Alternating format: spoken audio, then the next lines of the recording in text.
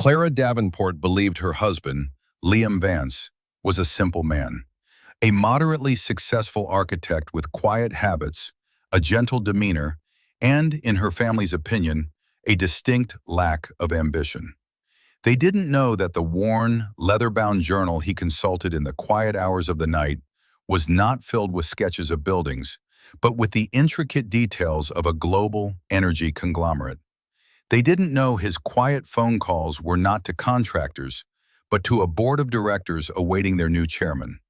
They didn't know that as Clara turned the deadbolt on the new lock, effectively evicting him from their shared life to make room for her freeloading brother, she was locking the door on a $96 billion oil empire. Within 24 hours, the world she knew, a world built on the precarious stilts of her father's arrogance and borrowed prestige, would not just crumble, it would be bought, sold, and cease to exist, all by the hand of the man she had just discarded like a worn-out coat.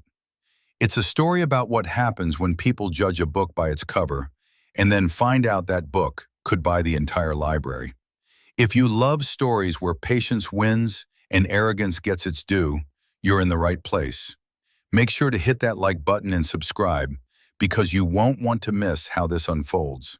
And let me know in the comments where you're watching from. Now let's get back to the moment it all began. The click of the new lock sliding into place was a sound of finality. It was a sharp, metallic punctuation mark on a sentence Clara had been writing for years. Inside the spacious but coldly modern apartment, she wiped a non-existent speck of dust from the hallway table. Her brother Marco lounged on the plush velvet sofa, his feet propped up on a coffee table that cost more than Liam's first car. He smirked, a greasy, self-satisfied expression that had been a permanent fixture on his face since he'd arrived a week ago with 3 suitcases and 0 prospects. "Is he going to try and call?" Marco asked, flicking through channels on the massive flat-screen television Liam had insisted on paying for in cash. "Probably," Clara said, her voice tight. She ran a hand through her perfectly styled blonde hair. "He'll be confused." "Confused? Clara, you're doing him a favor. The man's a beige wall in human form. You need color, excitement. You need someone with a future." Marco gestured to himself with a flourish, as if his future wasn't entirely dependent on his sister's marital assets. "Besides, where was he going to go? Back to that sad little apartment he had before you saved him?" Clara flinched at the word saved. It was a word her family used often. They saw her marriage to Liam not as a partnership, but as an act of charity. Liam was an orphan, a scholarship kid who had clawed his way into a decent university and a decent profession. The Davenports, on the other hand, were old money, a distinction they clung to with fierce desperation, even as the foundations of that money grew increasingly rotten. Her father, Richard Davenport, was the CEO of Davenport Industries, a regional construction firm that had seen better decades. He spoke of Liam's profession as a quaint hobby, dismissing his intricate designs and award-winning projects as mere doodling. Liam was due home in an hour from a business trip to Houston, a trip he had been reluctant to take. "It's important, Clara. This could be the start of something new," he had told her, his dark eyes serious.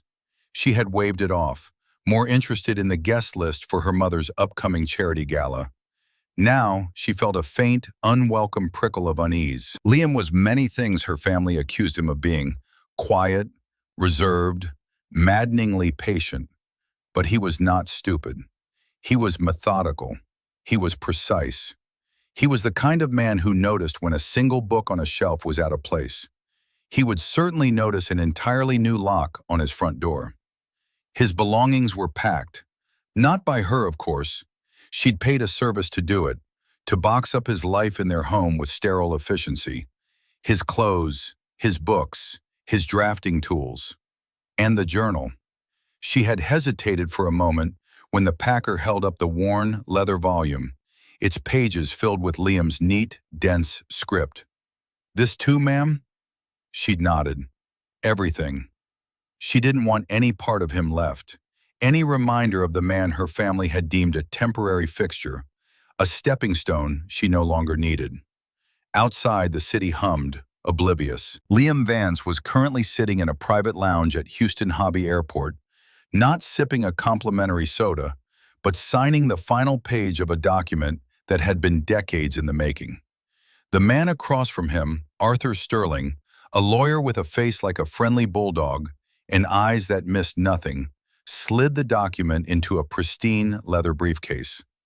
"It's done, Liam," Arthur said, his voice a low rumble. "The entire Vance Global portfolio, all assets, liquid and fixed, are now under your direct control. All $96 billion of it. Your grandfather would be proud." Liam looked out the window at the planes taking off, their lights ascending into the twilight. He felt no elation, no surge of power, just a quiet, heavy sense of responsibility and a deep, aching sadness. His grandfather, a man he had loved fiercely, had built this empire from a single wildcatter's rig. He had also insisted Liam live a life of humility, to understand the value of a dollar earned through sweat before he inherited billions. "Never let the money define you, son," he used to say. "Let your character define how you use the money." He had kept his promise. He had lived a simple life. He had built a career on his own merits. He had fallen in love with a woman he thought saw him, the man, not a bank account he didn't even have yet. He'd believed her family's snobbery was a flaw he could help her overcome with love and patience. He had been wrong. The text message he had received an hour ago from a number he didn't recognize, a number belonging to the packing service, had been brutally clear. "Per Mrs. Davenport's instructions, all your belongings have been packed and are ready for pickup." He hadn't called Clara. He hadn't texted. What was there to say? She had made her decision without the courtesy of a conversation. He felt the smooth, cool weight of his phone in his hand. He looked at Arthur. "There's one more thing I need you to do, Arthur. It's a personal matter." He explained the situation with a calm, detached precision that belied the storm in his chest. Arthur Sterling, who had seen the best and worst of human nature in his 50 years of practicing law, listened without interruption. When Liam was finished, the old lawyer's eyes were hard as granite. "The Davenports," Arthur mused, a flicker of recognition in his eyes. "Richard Davenport, I remember him. All hat, no cattle, as your grandfather would say. His company is leveraged to the hilt. One good push is all it would take." "I'm not interested in pushing, Arthur," Liam said, his voice dangerously quiet. "I'm interested in buying the ground he stands on, so that when he falls, he has nowhere to land but in the palm of my hand." The drive from the airport was a blur of familiar streets that now felt alien. Liam directed the car not to the gleaming apartment tower he had called home, but to a quiet, elegant hotel downtown. He checked in under his own name. For the first time in his life, the name Vance carried its full, formidable weight. The suite they gave him was larger than his entire apartment, with a view that stretched from the river to the distant hills. He stood at the floor-to-ceiling window, his reflection a ghostly silhouette against the city lights. He thought of Clara, likely celebrating with her brother, smug and secure in her decision. He thought of her father, Richard, who had once patted him on the shoulder at a Christmas party and told him he was a good, sturdy foundation for Clara to build her real life upon. The humiliation of that moment, and a dozen others like it, had been a slow-acting poison. He had swallowed it for Clara's sake, believing their love was a fortress. Now he saw it was a house of cards, and she had just pulled out the bottom one. He took a deep, steadying breath. The time for patience was over. The time for quiet endurance had passed. He picked up his phone and made his first call. It wasn't to Clara. It was to the president of the bank that held the mortgage on the Davenport family home and the massive, unsustainable debt of Davenport Industries. He was no longer Liam the architect. He was Vance Global. And Vance Global was now their biggest client. The humiliation had been a slow, methodical erosion of his dignity, administered with the casual cruelty of those who believed themselves superior. Liam remembered the first time he had met Richard and Eleanor Davenport. It was at their sprawling, ostentatious home, a monument to questionable taste and dwindling capital. Clara had been nervous, fussing with his tie, coaching him on what to say. "Just smile and agree with Daddy," she'd whispered. "He can be a lot." That was an understatement. Richard Davenport held court in his mahogany-paneled study, a glass of overpriced scotch in his hand, and sized Liam up as if he were a tradesman come to fix the plumbing. "So you build things," Richard had said, not a question, but a judgment. "Quaint. I, on the other hand, build legacies." He had gestured to the wall of framed photographs, showing him shaking hands with minor politicians and local celebrities. Liam, who had just won a prestigious award for a sustainable community housing project, simply nodded. "Something like that, sir." Eleanor was worse in a way. Her weapon was not overt condescension, but 1,000 tiny cuts delivered with a brittle smile. She would praise Clara's dress, then turn to Liam and say, "Oh, that shirt is very durable, isn't it?"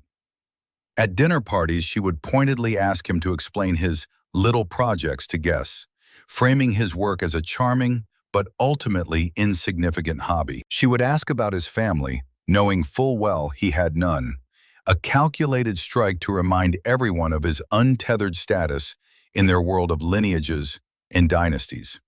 The worst of it was Clara's silence.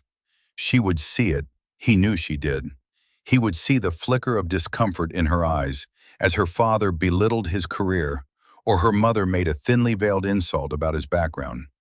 But she never spoke up.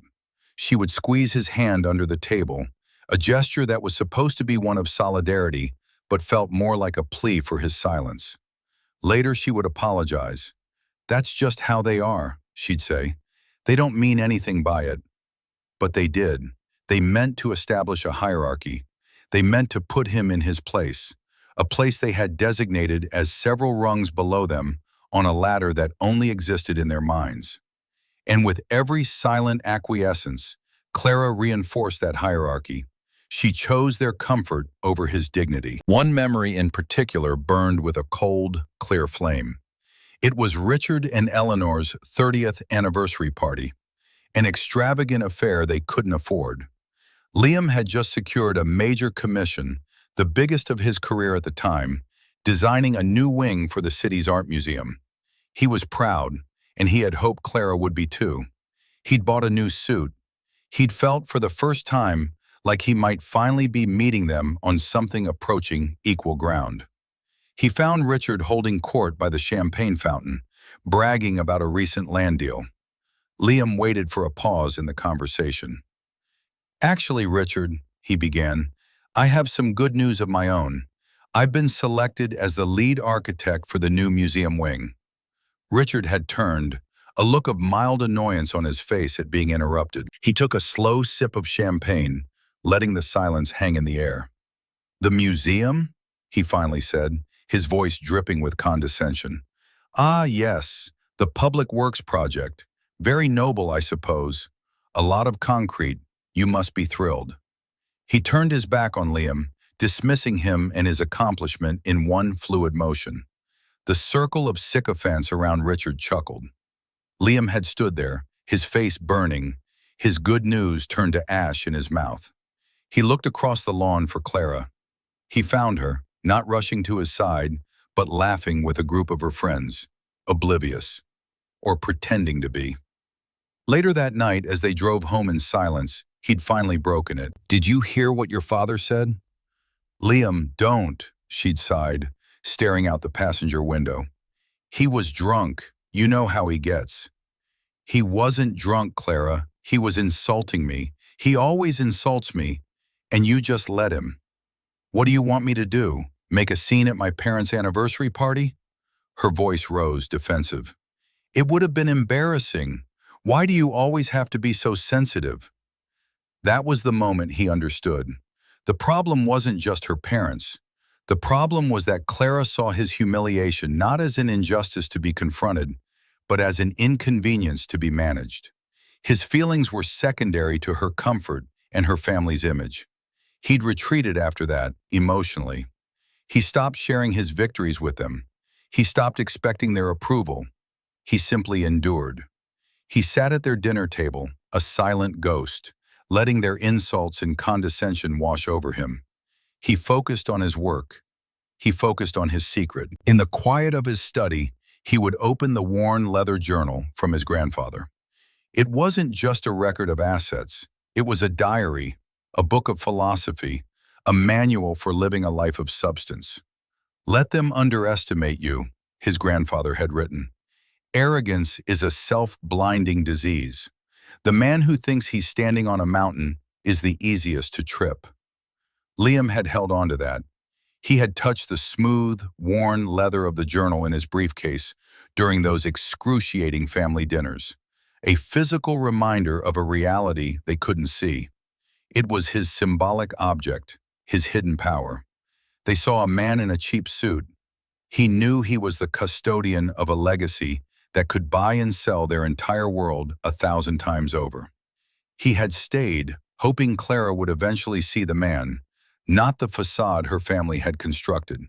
He had hoped she would choose him. Now, standing in the cold, impersonal silence of a hotel suite, he knew she had. She had chosen them. And in doing so, she had sealed their fate. The days that followed his eviction were a study in contrasts. For Clara and her family, it was a period of triumphant liberation. For Liam, it was a time of quiet, methodical preparation. Clara felt a surprising sense of lightness. The apartment, once filled with the quiet, grounding presence of her husband, now buzzed with Marco's chaotic energy. He played his music too loud, left empty snack bags on the counter, and treated the living room like his personal kingdom. It was messy and loud, and Clara told herself it was life. It was excitement.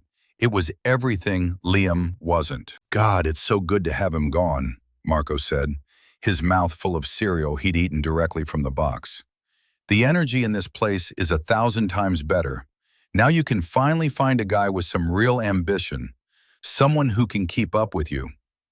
Clara smiled, a little too brightly. "I'm not thinking about that right now, Marco. I'm just breathing." Her father was even more pleased. He called her the day after she changed the locks. "Good girl," Richard said, his voice booming with approval. "You finally cut the dead weight. He was holding you back, Clara. A man like that, no background, no family, no drive. He was an anchor. Now the sky's the limit." That evening, the Davenports, Richard, Eleanor, Clara, and Marco, had a celebratory dinner at their favorite expensive restaurant. They toasted to new beginnings. They talked about Clara's future as if it were a blank canvas upon which they could now paint their masterpiece. "We'll find you someone suitable," Eleanor declared, dabbing her lips with a napkin. "Someone from a proper family, perhaps the young Henderson boy. His father is on the board of the yacht club." "Liam called, by the way," Clara mentioned, trying to steer the conversation away from her mother's matchmaking. Richard snorted. "Oh? Did he beg? Did he cry?" "No, actually," Clara said, a note of confusion in her voice. "It was a text. It just said, 'I've received the message. My belongings can be delivered to the Grand Regent Hotel, Suite 1500. That's all."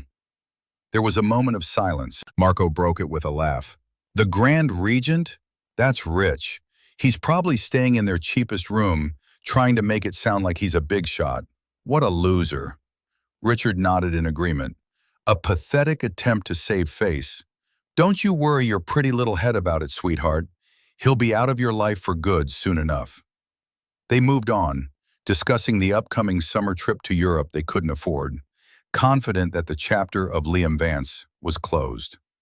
Meanwhile, in Suite 1500 of the Grand Regent Hotel, Liam was not trying to save face. He was orchestrating a corporate takeover. The suite had been transformed into a command center. Laptops, secure phones, and stacks of documents covered every surface. Arthur Sterling had flown in his top M&A team, a trio of sharp, merciless analysts who moved with the quiet efficiency of sharks sensing blood in the water. Liam himself was a revelation. The quiet, reserved architect was gone. In his place was a calm, authoritative leader who seemed to have been preparing for this role his entire life. He moved from analyst to analyst, asking pointed questions, absorbing complex financial data, and issuing clear, decisive commands. He knew every shell corporation, every leveraged asset, every hidden debt within his grandfather's empire. He had studied it for years, not as an heir, but as a student of strategy. The primary holding company for Davenport Industries is Davenport Holdings, LLC. One analyst, a young woman named Isabel, reported. But the debt is scattered. He's used the family home, his stock portfolio, even his pension, as collateral for a series of increasingly desperate loans. The biggest one is with First National Mercantile Bank. Liam looked at the flowchart on the screen. It was a tangled mess, a web of financial desperation. "That's the bank I spoke to," he said. "They were very receptive." Arthur Sterling chuckled. "Receptive is one word for it. When a representative of Vance Global, their new largest depositor, asks for a meeting, they tend to roll out the red carpet. I've already initiated the process of acquiring Richard Davenport's total debt portfolio from them. They were more than happy to unload the high-risk liability at a slight discount."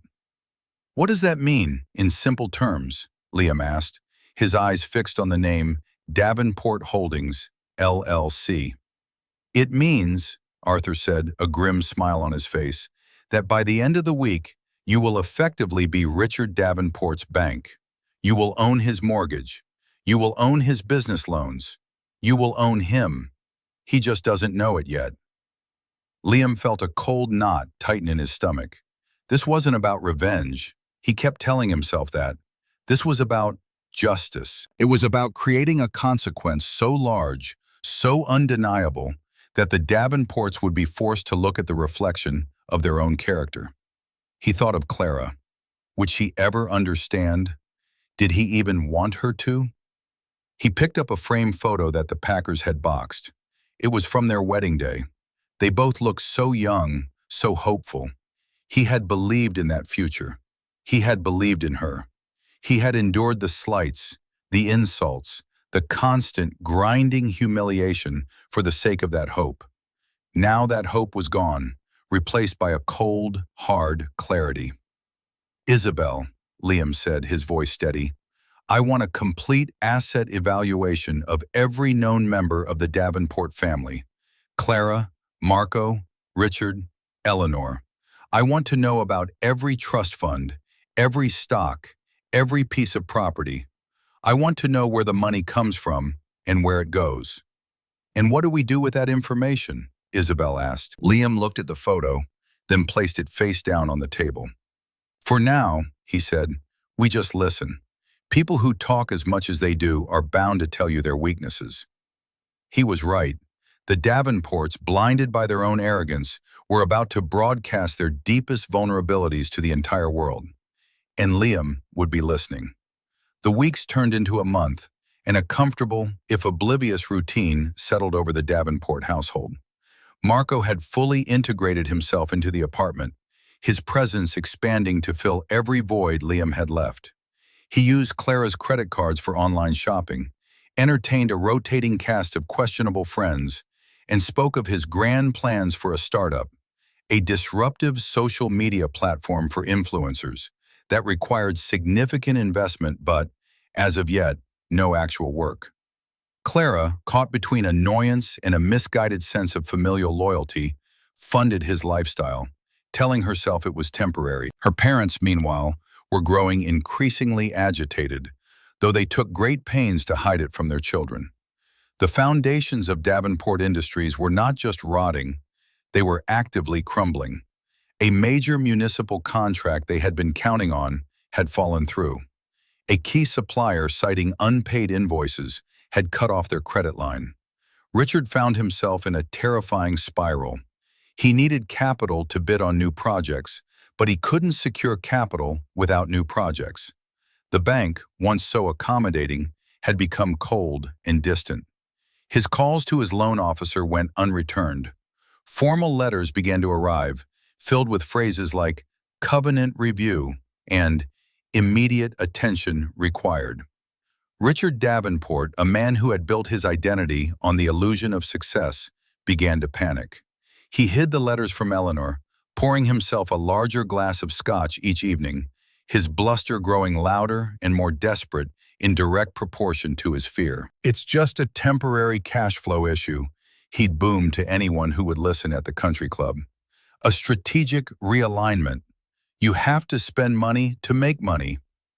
But his golf partners, men who understood the scent of financial desperation, began to find other foursomes. It all came to a head on a Tuesday afternoon. Richard was in his study, staring at a letter from First National Mercantile Bank. It wasn't a suggestion this time. It was a demand, a notice of default. They were calling in his loans, all of them. The business loans, the personal lines of credit, the mortgage on their home. He had 30 days. He felt the blood drain from his face. It was over. Decades of pretending, of leveraging one asset to cover the debt of another, of living a life he couldn't afford, it had all come crashing down. Eleanor found him slumped in his chair, the letter trembling in his hand. The truth came out in a torrent of panicked, disjointed sentences. They were ruined. They were going to lose the house, the company, everything. Eleanor, to her credit, did not faint or scream. Her pampered life had made her soft, but it had also given her a core of pragmatic steel. She immediately went into damage control mode. "This is not the end, Richard," she said, her voice sharp. "This is a problem, and we solve problems. We are Davenports." Their solution, hatched over a tense and tearful evening, was as simple as it was cynical. They would host a family dinner. The guest of honor would be Eleanor's brother, Franklin, a genuinely wealthy and successful man who had made his fortune in tech and had long kept a cautious distance from Richard's financial shenanigans. The plan was to put on a show, a display of normalcy, of success, of familial solidarity. They would get Clara and Marco there. They would present a united front. And then, at the right moment, Richard would make his pitch to Franklin for a short-term bridge loan to tide them over. They would manipulate him with family ties, with appeals to their shared history, with the specter of public disgrace. "Clara needs to be there," Eleanor insisted. "Franklin adores her, and we need to make sure she looks happy, truly happy, not this post-Liam malaise." And so the stage was set for a grand performance. Clara received the call from her mother. "Darling, we're having a special family dinner on Saturday. Your Uncle Franklin is coming into town. It's so important that you're here. Wear that lovely blue dress. We need to show him that everything is wonderful." Clara, unaware of the impending financial apocalypse, agreed. She was, however, growing weary of her family's constant need for performance. A small, persistent part of her brain kept replaying Liam's final text message. The Grand Regent Hotel, Suite 1500. It was a detail that didn't fit the narrative her family had created. The cheapest room at the Grand Regent was still astronomically expensive. Why would he do that? It was illogical. And Liam was nothing if not logical. She had even, in a moment of weakness, called the hotel. "I'm trying to reach a guest, Liam Vance," she had said. "We don't have a guest by that name in our standard rooms," the receptionist replied, "but I can connect you to the private concierge for the presidential suites." Clara had hung up, her heart pounding with a confusion she couldn't name. But she pushed the thought away. It was easier to believe the family narrative. It was easier to believe Liam was a pathetic loser putting on a brave face. Any other possibility was too complicated, too threatening to the world she knew. In his own suite at that very hotel, Liam received a new report from Isabel. It was a single-page summary. Davenport Industries. Notice of default issued by First National Mercantile Bank. 30-day grace period. Below it was another note. Richard and Eleanor Davenport are hosting a family dinner. Saturday, 7 p.m. guest of honor, Franklin Pierce, maternal uncle. Known net worth, approximately $250 million. Liam leaned back in his chair. He looked at the date, Saturday. The pieces were moving into place, not by his design, but by the inevitable gravity of their own bad decisions. He had planned to wait, to let the pressure build slowly, but the universe, it seemed, had a flair for the dramatic. "Arthur," Liam said into his phone, "I think it's time I saw my family." There was a pause on the other end of the line. "Liam, are you sure?" Arthur asked, his voice laced with concern. "Confrontation is a messy business." "I'm not going for a confrontation," Liam replied, his voice calm and steady. "I'm going for a conversation. Richard is about to ask his brother-in-law for a loan. I think it's only fair that Franklin has all the relevant information before making his decision. After all, I wouldn't want him to invest in a company that I'm about to acquire." He paused. "And besides, they owe me a dinner." The quiet before the storm is a peculiar kind of silence. It is not empty, but full. It is the held breath of the world, thick with the scent of rain and the electric hum of ozone. The Davenport home on Saturday evening was steeped in such a silence. Every polished surface gleamed under the soft glow of the chandeliers. The air was heavy with the scent of expensive lilies and roasted lamb, a desperate attempt to mask the acrid smell of fear. Richard Davenport, dressed in a tuxedo that felt a size too tight, paced the length of the grand foyer. He checked his watch for the 10th time in as many minutes. He adjusted his bow tie, his hands trembling slightly. He looked less like the lord of the manor and more like a condemned man awaiting the governor's call. Eleanor, a vision in emerald silk, glided through the rooms, plumping pillows and adjusting silverware, her movements sharp and bird-like. Her smile was a perfect, brittle mask. Clara and Marco arrived together. Clara, in the prescribed blue dress, felt a wave of theatricality wash over her as she stepped through the door. It felt like walking onto a set. Her uncle Franklin, a portly man with kind eyes and a shrewd, assessing gaze, was already there, nursing a club soda. He greeted Clara with a warm hug. "You look beautiful, my dear," he said, "but tired. Is everything all right?" Before Clara could answer, Eleanor swept in. "She's never been better, Franklin. Thriving. She's finally shed some dead weight and is ready for her next chapter." She shot Clara a look that was both a warning and a plea. The conversation was stilted, forced. Richard laughed too loudly at Franklin's jokes. Marco, trying to impress the wealthy uncle he barely knew, launched into an obnoxious, rambling pitch for his influencer app, which Franklin endured with polite but visible disinterest. Clara found herself retreating into silence, a spectator at her own family's drama. She felt a phantom ache, a sense of absence. This was the kind of evening Liam had always hated, and she had always defended. Now in his absence, she saw it through his eyes. The desperate posturing, the fragile egos, the hollow core at the center of it all. Dinner was served in the formal dining room, a cavernous space dominated by a long mahogany table. The conversation danced around the one subject that mattered. They talked about the weather, about politics, about Franklin's recent trip to Japan. Richard kept trying to steer the conversation toward business, toward synergies and investment opportunities, but Franklin deftly parried every attempt. "So, Richard," Franklin said finally, as the dessert plates were being cleared, "Eleanor mentioned on the phone that you wanted to discuss something with me. You've got the floor." This was it, the moment of truth. Richard cleared his throat. He smoothed the napkin on his lap. He launched into a speech he had clearly rehearsed, a rambling monologue about market volatility, unfair competition, and the temporary, unforeseen challenges facing his company. It was a masterpiece of self-pity and blame-shifting. "So you see, Franklin," he concluded, his voice taking on a wheedling tone, "all we need is a bit of a bridge, a lifeline, to see us through this temporary storm. Say, $5 million. A loan, of course, with generous interest. For family. An uncomfortable silence descended upon the table. Marco looked at his father with dawning horror, finally understanding the depth of the hole they were in. Clara felt a hot flush of shame. Her father wasn't a titan of industry.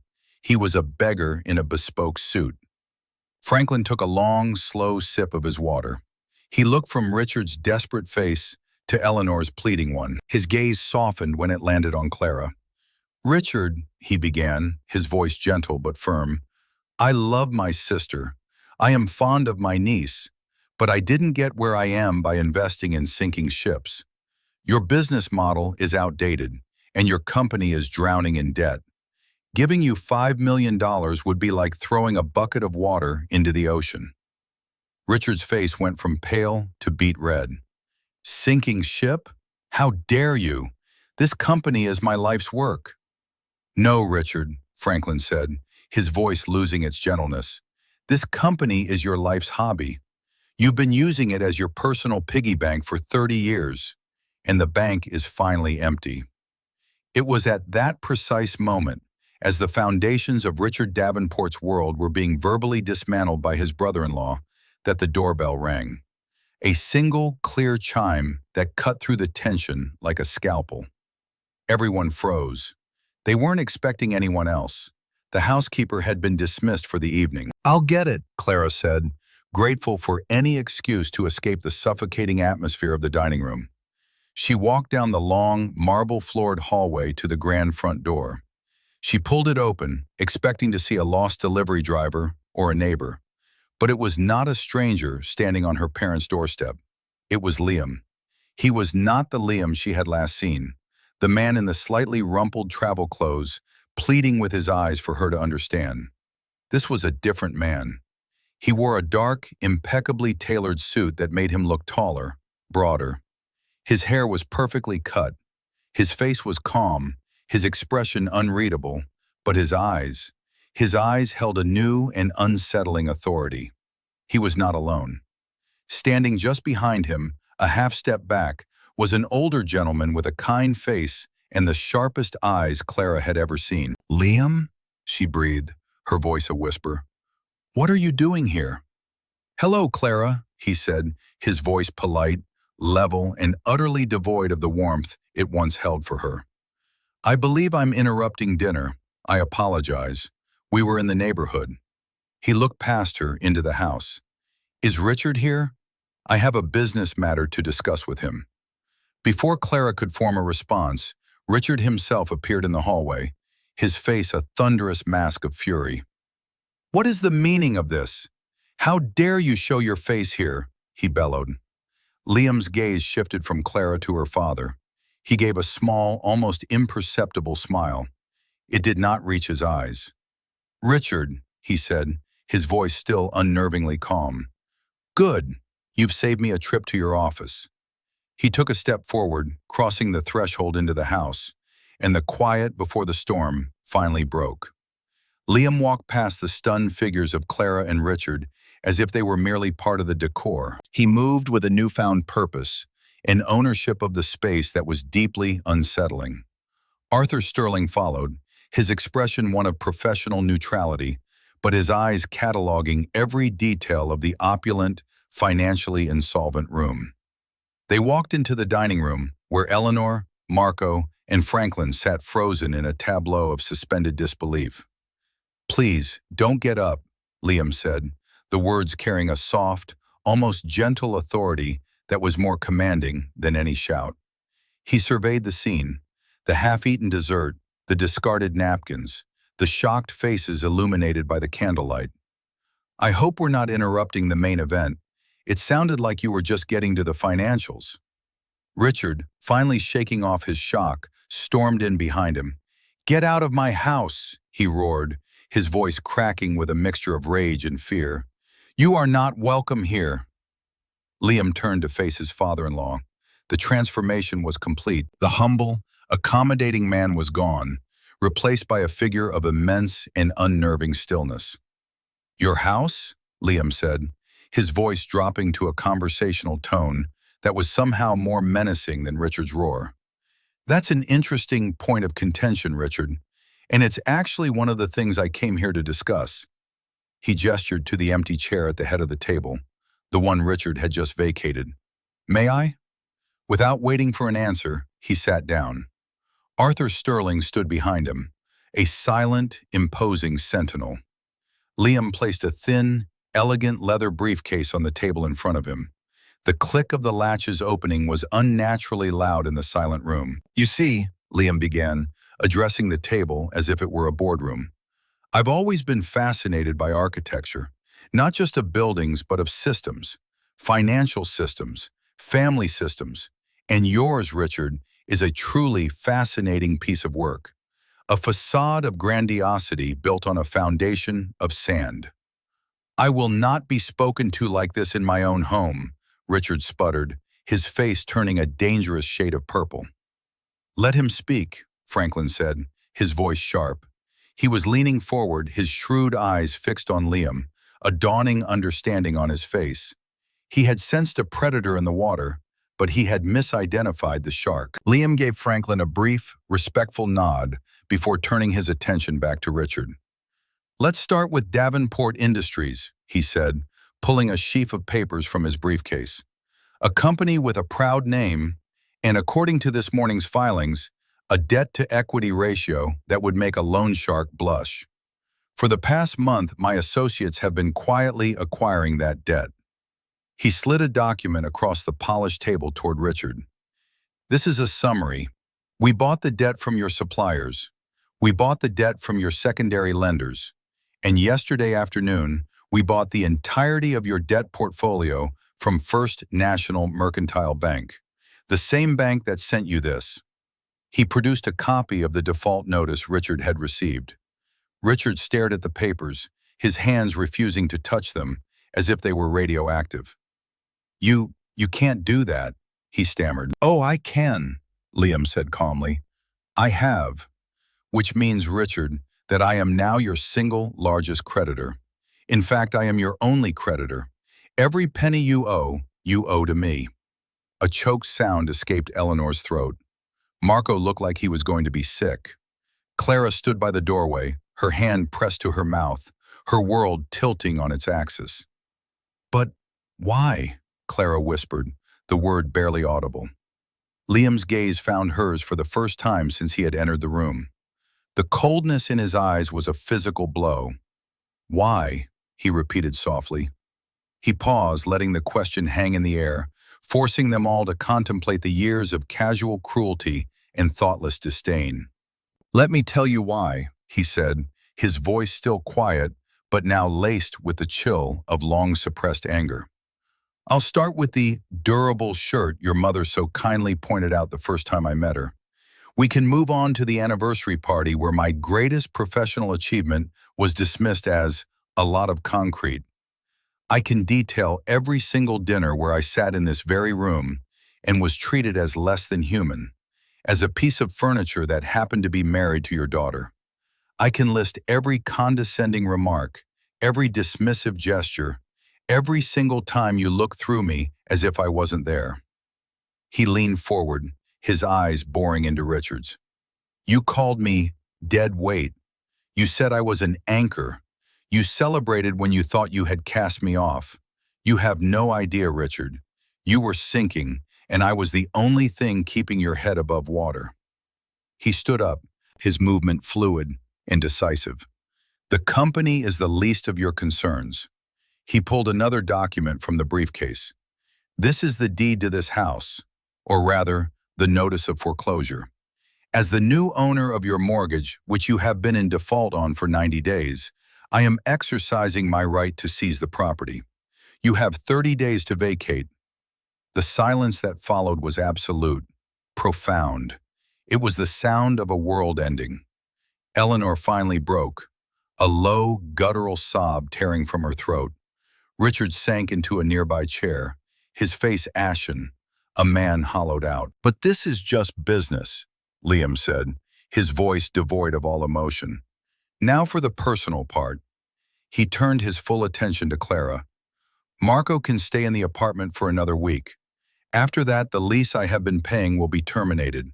I trust he can find his own way. As for you, Clara, he looked at her, and for a fleeting second, a flicker of the old sadness, the old love, crossed his face. I loved you, he said, and the simple, past tense statement was the most devastating blow of all.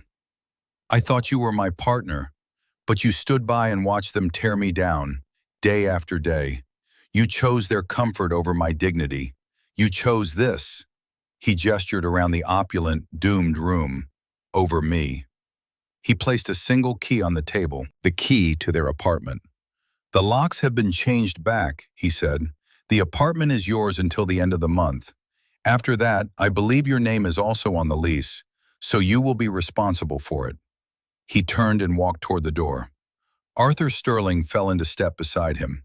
At the threshold of the dining room, he stopped and looked back at the wreckage of the Davenport family. By the way, he said, a final parting shot, my grandfather's name was Alistair Vance. You might have heard of him. He founded Vance Global. He passed away 6 months ago. The trip to Houston was to finalize the transfer of his estate, all 96 billion of it. He didn't wait for a reaction. He didn't need to. He walked out of the house, out of their lives, and into his own, leaving behind a silence filled with the deafening sound of ruin. The aftermath of a nuclear bomb is not loud. It is a profound and terrifying quiet.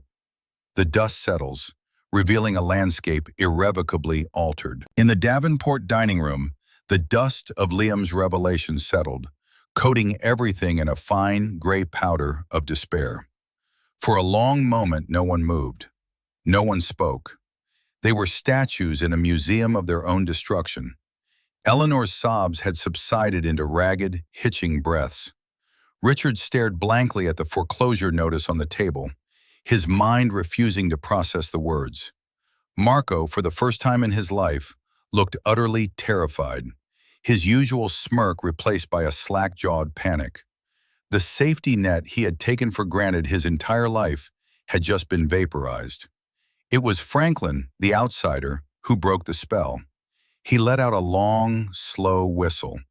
It was not a sound of admiration, but of awe at the sheer scale of the demolition he had just witnessed. He looked at the documents on the table, then at his sister and her husband.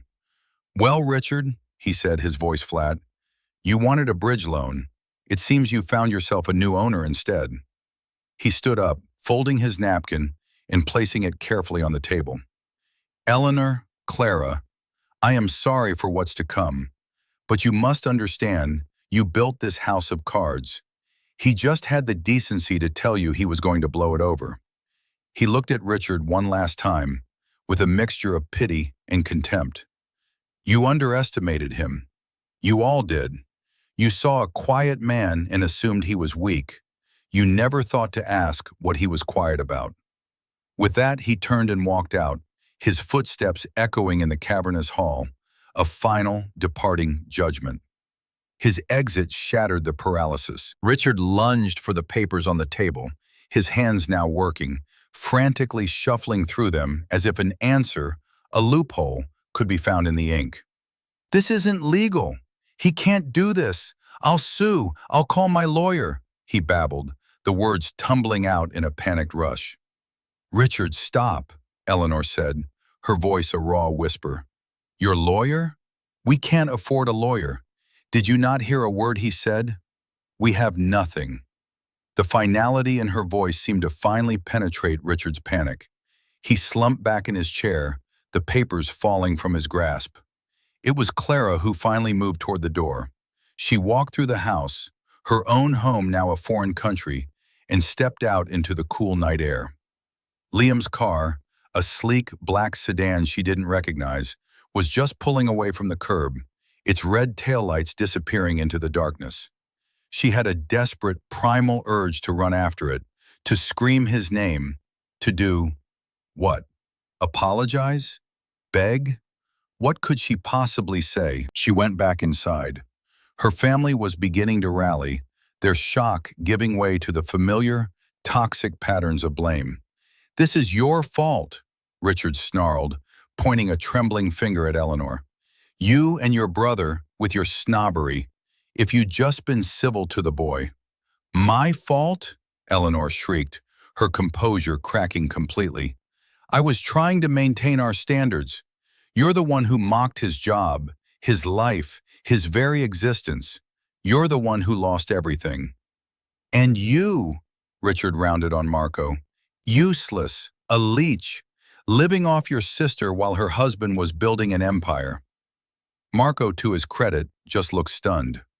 "A $96 billion empire?"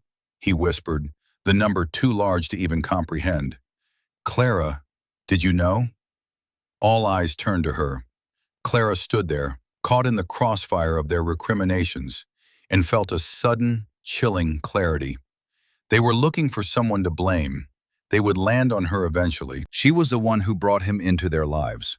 She was the one who cast him out. In their twisted logic, she was the architect of their ruin. "No," she said, her voice hollow. "I didn't know." She looked at their faces, contorted with rage and fear, and she didn't see her family. She saw a pack of wolves, turning on each other now that the hunt had failed. They hadn't loved Liam. They hadn't even loved her. They had loved the idea of her, the status she brought, the life they thought she was entitled to. And they had despised Liam because he didn't fit into that picture. A cold, hard anger began to replace her shock. An anger not at Liam, but at them, at herself. He had told her, not in words, but in 1,000 different ways. He had tried to share his life, his work, his passions with her. He had brought her his victories, and she had let her family tarnish them. He had asked for her loyalty, and she had given him apologies. "The apartment," she said suddenly, the words sharp and clear. "He said the lease is mine now." "We'll all go there," Richard declared, a new desperate plan forming in his eyes.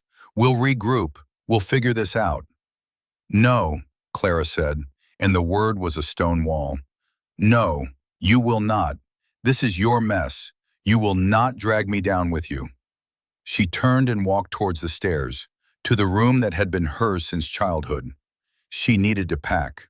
Not just her clothes, but the life she had lived up to this point. She was a Davenport, and for the first time, she was utterly, profoundly ashamed of it. Back in the car, Liam stared out the window at the passing city lights, his hands clasped tightly in his lap. The adrenaline was fading, leaving behind a vast, empty exhaustion. Arthur, sensing his mood, remained silent for a long time. "Was it worth it, Liam?" he finally asked, his voice gentle. Liam didn't answer for a moment. He thought of Clara's face, the shock and pain in her eyes. He thought of the ruin he had left in his wake. "I don't know," he said honestly. "I didn't do it for revenge, Arthur. I truly didn't. I did it because they needed to see.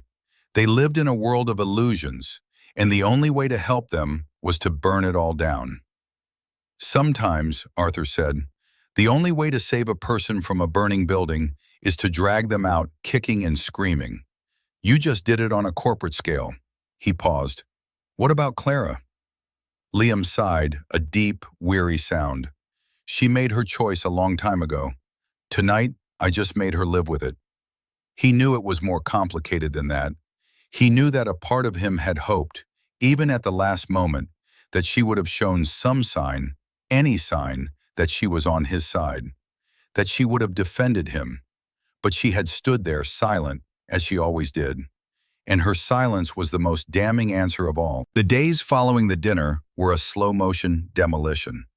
The consequences of Liam's actions unfolded not with a bang, but with the quiet, inexorable clicks of a well-oiled machine. The first notice to arrive was the official eviction letter, delivered by a courier to the Davenport mansion. It was cold, legal, and final. Richard, in a last-ditch effort of defiance, called the number for the landlord listed on the notice. The call was routed to Arthur Sterling's office. "Mr. Davenport," Arthur's voice was professionally courteous, "I'm afraid there is no room for negotiation.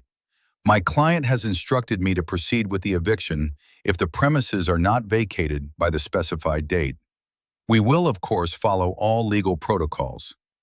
"Your client is a monster," Richard had yelled into the phone. "My client," Arthur replied calmly, "is a businessman, something I believe you've always claimed to respect. Now, if there's nothing else, I have a board meeting to attend." The line went dead. The news of Davenport Industries' collapse spread quickly through the city's business community. It was framed as a hostile takeover by an anonymous global conglomerate. The truth, as always, was both simpler and more complex. Liam, through Vance Global, didn't shutter the company. He restructured it. He paid the backdated invoices to the suppliers. He honored the contracts. He kept the on-site workers and the project managers, the people who actually built things. He fired the entire bloated layer of upper management, including a dozen of Richard's cronies who held vague titles like Vice President of Strategic Initiatives. The company, streamlined and properly funded, began to turn a profit within a month. Liam appointed a new, competent CEO and never set foot in the office himself. It was no longer a monument to one man's ego. It was just a business. For the Davenports, the world shrank with breathtaking speed. The invitations stopped arriving. The phone stopped ringing. Friends who had known them for decades would suddenly cross the street to avoid them.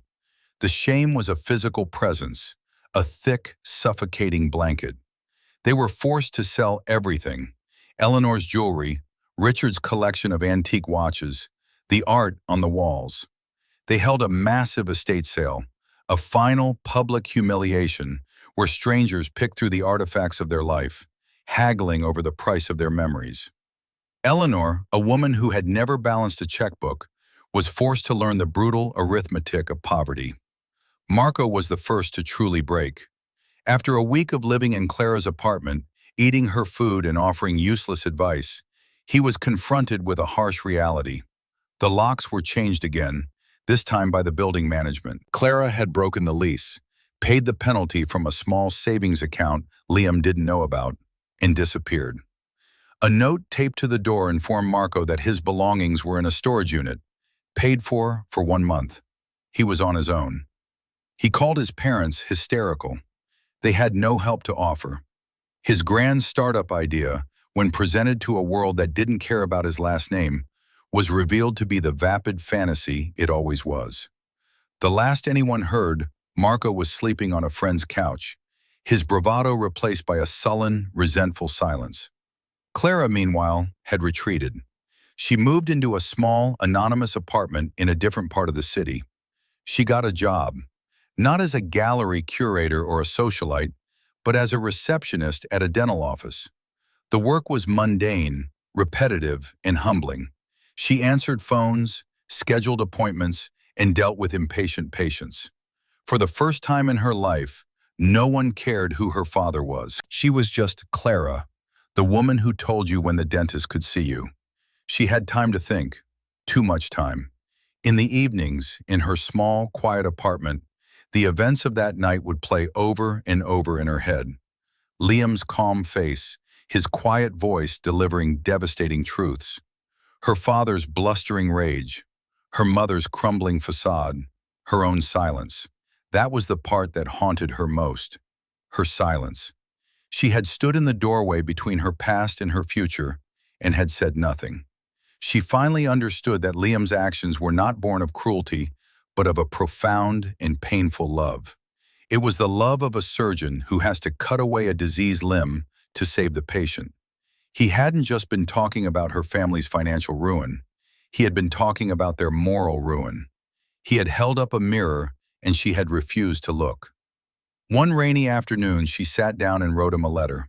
Not a letter asking for forgiveness, or for money, or for a second chance. It was a letter of apology. A real one. She didn't make excuses. She didn't blame her parents. She owned her choices, her silence, her cowardice. She apologized for every slight she had ignored, for every insult she had allowed.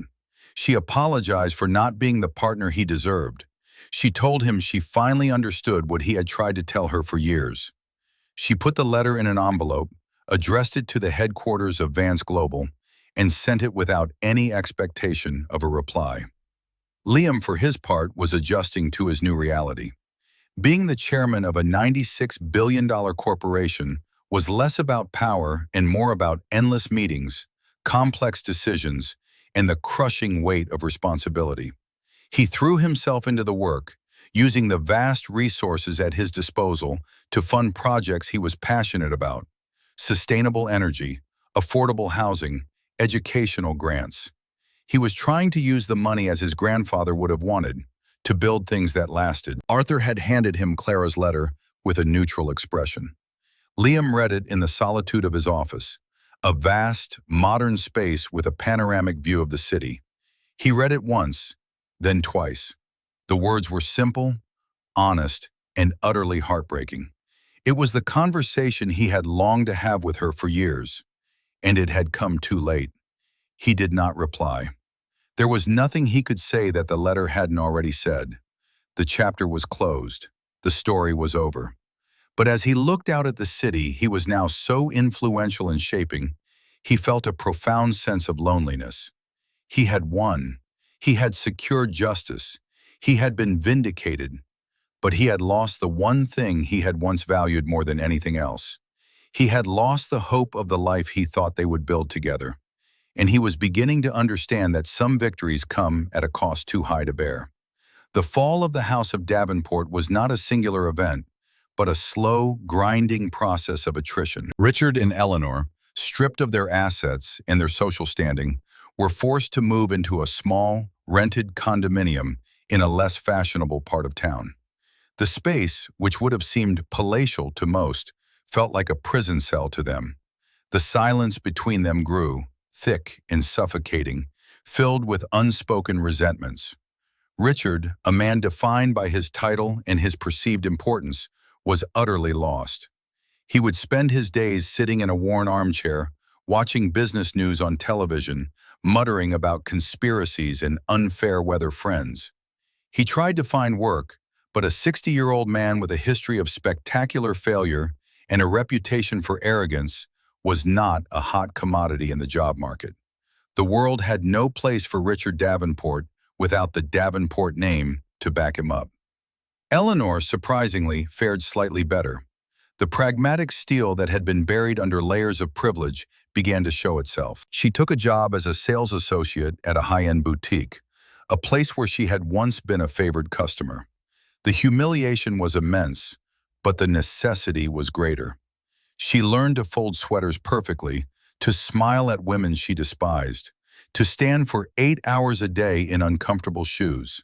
In the process, a sliver of self-respect, one not tied to her husband's name, began to grow. It was during this period that Liam received an unexpected visitor. Franklin Pierce, Clara's uncle, appeared at the Vance Global headquarters. He had made the appointment under a false name, a measure Liam appreciated. They met in a small, private conference room, not Liam's imposing office. Franklin, looking tired but resolute, got straight to the point. "I'm not here to ask for anything for Richard or Eleanor," he said, his voice firm.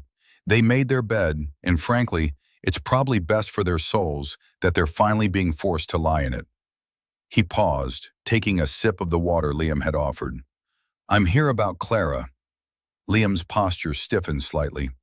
"I'm not sure there's anything to discuss regarding Clara." "I think there is," Franklin countered. "I know she wrote to you. She told me. She didn't tell me what she said, but she told me she wrote it. She also told me she doesn't expect a reply." He leaned forward. "That girl is being crushed under the weight of her family's legacy. She spent her whole life trying to please people who are impossible to please. You, of all people, should understand that." "What's your point, Franklin?"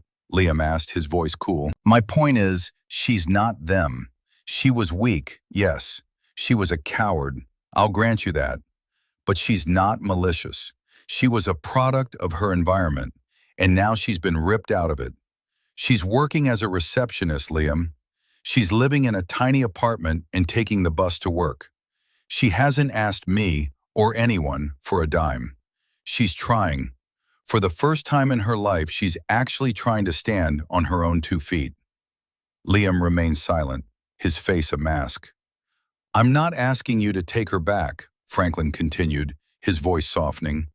God knows that ship has sailed, and you were right to sink it. I'm asking you to give her a chance. Not as your wife, as a person. She applied for a position, Liam, at the Vance Foundation. This was news to Liam. The Vance Foundation was the philanthropic arm of his company, the part he was most passionate about. What kind of position? An entry-level administrative assistant. The pay is barely enough to live on. The application was sent to the general HR portal. She used her mother's maiden name. She knows she'd never get a fair shake with the name Davenport. She doesn't know I'm here. She would be mortified if she knew. But I saw the application in the system. I still have some friends in high places, and I had to come. He looked Liam directly in the eye. Don't punish her for being her father's daughter. Look at her as a candidate. If she's not qualified, fine, toss her application. But if she is, maybe redemption isn't about grand gestures. Maybe it's about being given a chance to do a boring, difficult, and meaningful job. After Franklin left, Liam had the HR department pull the application for Clara Pierce. It was all there. Her resume was thin, padded with the charity work and event planning of her former life. But under the skills section, she had listed fluent in French and Italian, proficient in database management, a skill she'd apparently learned at the dental office, and highly organized. Her cover letter was simple and direct. It spoke of a desire to be part of something that builds rather than boasts. Liam sat with the application for a long time. His first instinct was to reject it. It was too messy, too complicated. His life was finely orderly, streamlined. Bringing her back into his orbit, even in this peripheral way, felt like inviting chaos. But Franklin's words echoed in his mind. She's not them. Was she? He thought back to the early days of their relationship, before her family's influence had fully taken hold. He remembered a woman who was smart, funny, and passionate about art. A woman who had been kind and loving. Where had that woman gone? Had she been destroyed or merely buried? He picked up his phone and called the head of the foundation. There's an applicant, a Clara Pierce, he said. I want her to get an interview. A real one. No special treatment. If she's the best candidate, hire her. If she's not, don't. And I don't want to know the outcome. I want the hiring manager's decision to be final and uninfluenced. It was an abdication of power, a deliberate act of removing himself from the equation. He was setting a piece of his past onto a new chessboard and walking away, trusting the game to play itself out. It was a test, not just for her, but for him. A test to see if he could truly let go, if he could offer a chance for grace without demanding to be the one to grant it. He had torn her world down. Now he was giving her a single, solitary brick and the opportunity to start building again. Whether she would build a wall or a bridge, he did not know. And he realized with a startling clarity that for the first time, he was okay with not knowing. Months later, life had settled into a new, unexpected rhythm. Liam had not seen or spoken to Clara. He had kept his promise and had not inquired about the outcome of her interview. His days were filled with the colossal task of steering Vance Global, and his nights were often spent alone in his sprawling penthouse, a place that felt more like a corporate headquarters than a home. He was successful, powerful, and profoundly lonely. One afternoon, Arthur Sterling requested an urgent, in-person meeting. The old lawyer entered Liam's office looking uncharacteristically grim. "It's Richard Davenport," Arthur said without preamble. "He's had a massive heart attack. It's bad, Liam. The doctors aren't optimistic." Liam felt a strange, hollow sensation in his chest. Not grief, not satisfaction, but a weary sense of inevitability. "Where is he?" "City General, the public ward. Eleanor is with him. She tried to call you." "Me?" Liam was taken aback. "She couldn't get through the switchboard, of course," Arthur explained. "So she called me. She was distraught. She asked if the Vance Foundation's charitable medical fund could possibly cover some of the costs. Apparently, the insurance they had was minimal, and it's lapsed. Liam stood and walked to the window, looking down at the city below. Richard Davenport, the man who had mocked him, belittled him, and despised him, was now dying in a public hospital, and his wife was reduced to begging for charity from the man he had tried to destroy. The irony was so thick, so bitter, he could taste it. "Pay for it," Liam said, his voice quiet. "Pay for everything. Get him the best doctors, a private room. Don't tell them who it's from. Just tell them the bill has been taken care of by an anonymous donor." Arthur nodded. "I'll see to it." He hesitated. "There's more. Clara is there. She was listed as the emergency contact. And Liam, she's the one who authorized the doctors to perform the life-saving surgery he needed. She signed the papers, accepting full financial responsibility, knowing she had no way to pay for it." The words hit Liam with the force of a physical blow. In the moment of ultimate crisis, when her father's life hung in the balance, Clara had not hesitated. She had not calculated the cost. She had signed her name to a debt that would have crippled her for life, a debt she had no hope of ever repaying. It was an act of reckless love, of pure, unadulterated duty. It was the kind of choice a partner makes. It was the choice she had never made for him. "Thank you, Arthur," Liam said, his voice thick with an emotion he couldn't name. "That's all." After Arthur left, Liam sat in the silence of his office for a long time. He thought about the woman who had signed those papers. That was not the weak, cowed person he remembered. That was a woman of substance, a woman of character, a woman who had, in the crucible of crisis, finally become the person he had always hoped she could be. He found himself walking out of the office, taking the private elevator down to the garage. He drove to City General Hospital, not knowing what he was going to do or say. He just knew he had to go. He found the private wing Arthur had arranged for. Through the window of a door, he saw the scene inside. Richard lay in the bed, hooked up to a myriad of machines, his face pale and still. Eleanor was asleep in a chair, her face etched with exhaustion. And sitting by the bed, holding her father's hand, was Clara. She looked different, thinner perhaps. Her hair was pulled back simply. She wore no makeup. She was dressed in a simple blouse and skirt, the uniform of her new life. But there was a strength in her posture, a quiet dignity that had never been there before. She wasn't performing. She wasn't posturing. She was just there, present. He watched her for a long time, unseen. He saw her gently check on her mother, pulling a blanket over her. He saw her speak in low, comforting tones to a nurse. He saw in her a competence and a compassion that had been forged in the fires of her own hardship. He finally understood. His grand, dramatic act of destruction had not been the end of the story. It had been the beginning. He had cleared the land, leveled the rotten structures, and plowed the soil. But she was the one who had to plant the seeds. She was the one who had to do the hard, unglamorous work of cultivating a new life from the ashes of the old. And she had done it. He turned to leave. There was nothing for him to say. His presence would only complicate things, would only reintroduce the power dynamic he had fought so hard to escape.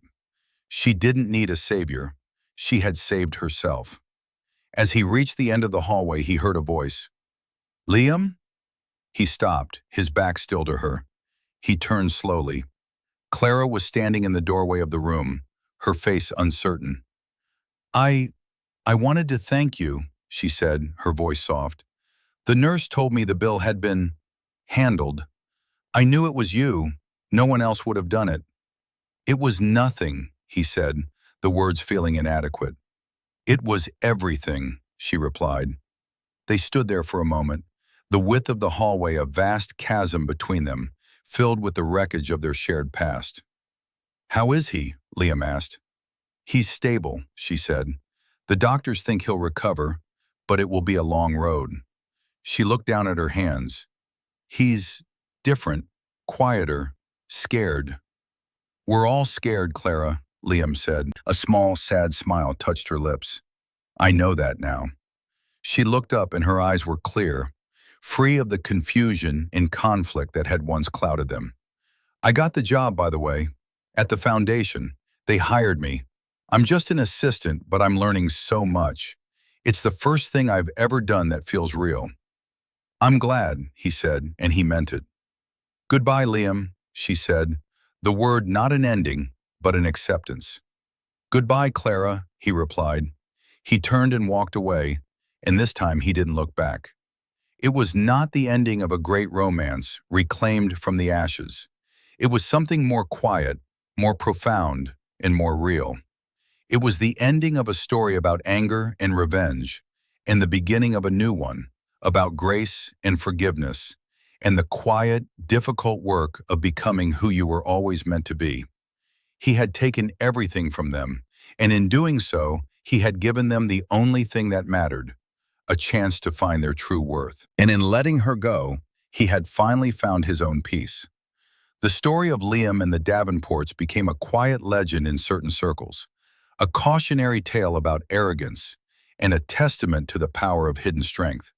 But for the people who lived it, it was simply life. Richard Davenport did recover, though he was never the same. The heart attack had stolen his bluster, leaving behind a frail, quiet man.